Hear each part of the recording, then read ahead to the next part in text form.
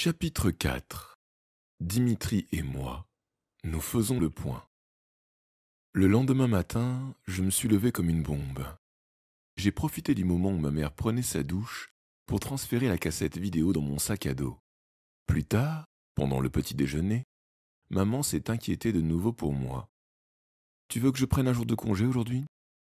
Je pourrais passer la journée avec toi. » Si elle n'allait pas travailler, je ne pourrais pas me débarrasser de la cassette. J'ai joué les blasés.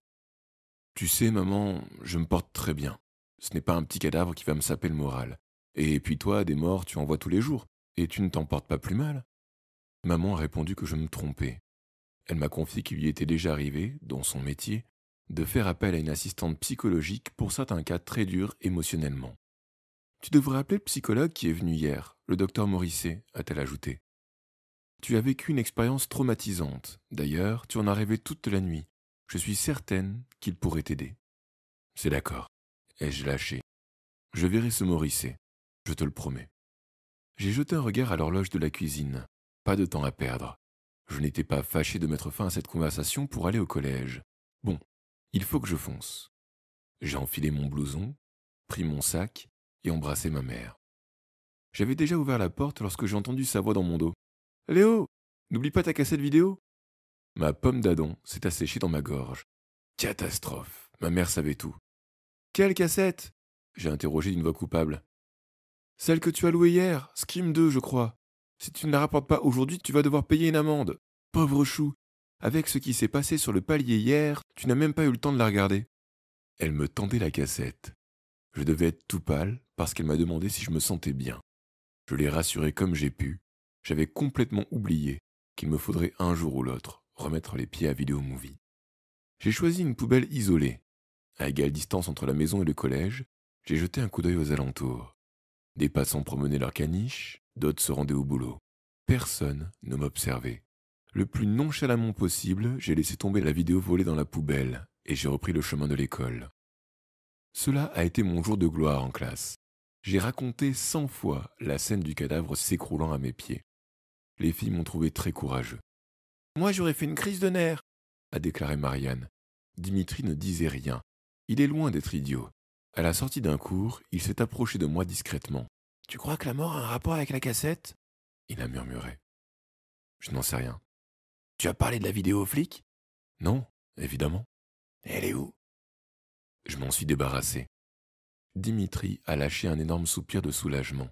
« J'ai réfléchi toute la matinée, » a-t-il fini par dire. « Je suis certain que les gars du vidéoclub utilisent les cassettes pour faire chanter les commerçants du quartier. » Tu as probablement raison, mais je ne veux pas être mêlé à cette histoire. Il ne faut en aucun cas qu'on sache que j'ai volé cette vidéo.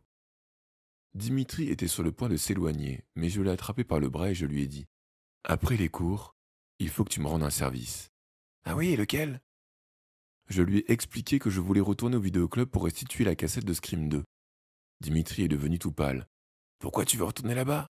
Tu es fou ?» J'y suis bien obligé. Si je n'y vais pas, ils se douteront que c'est moi qui ai volé l'autre cassette. « Mais ils le savent !» C'est pas sûr.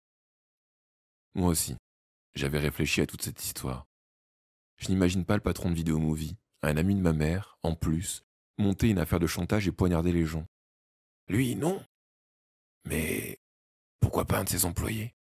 La théorie de Dimitri ne me convainquait pas, et je lui ai expliqué pourquoi. Si c'est vraiment un employé du vidéoclub qui a poignardé le détective, il m'aurait éliminé aussi et aurait repris la cassette, ni vu, ni connu. Logique, a acquiescé mon ami. En conclusion, Maxime Corti n'a peut-être pas été assassiné par un gars du vidéoclub. Dimitri a fait une grimace qui signifie qu'il était plus ou moins d'accord avec moi. J'ai continué ma démonstration. J'ai besoin de toi pour donner l'impression au suspect que tout est rentré dans l'ordre. Je vais donc y retourner tout à l'heure, rendre la vidéo louée, et même en louer une autre. En un mot, je vais agir comme si je n'avais pas volé cette satanée vidéo. Et s'ils te mettent la main dessus? C'est bien pour ça que j'ai besoin de toi. Qu'est-ce que tu veux à la fin? A demandé Dimitri sur la défensive. Que tu fasses le guet devant le vidéoclub. Si je n'en ressors pas, tu préviens la police. Dimitri a hésité longuement.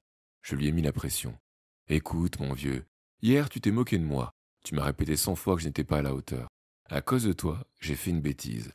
Aujourd'hui, je te demande un peu de courage. Bon, d'accord, a-t-il dit en soupirant.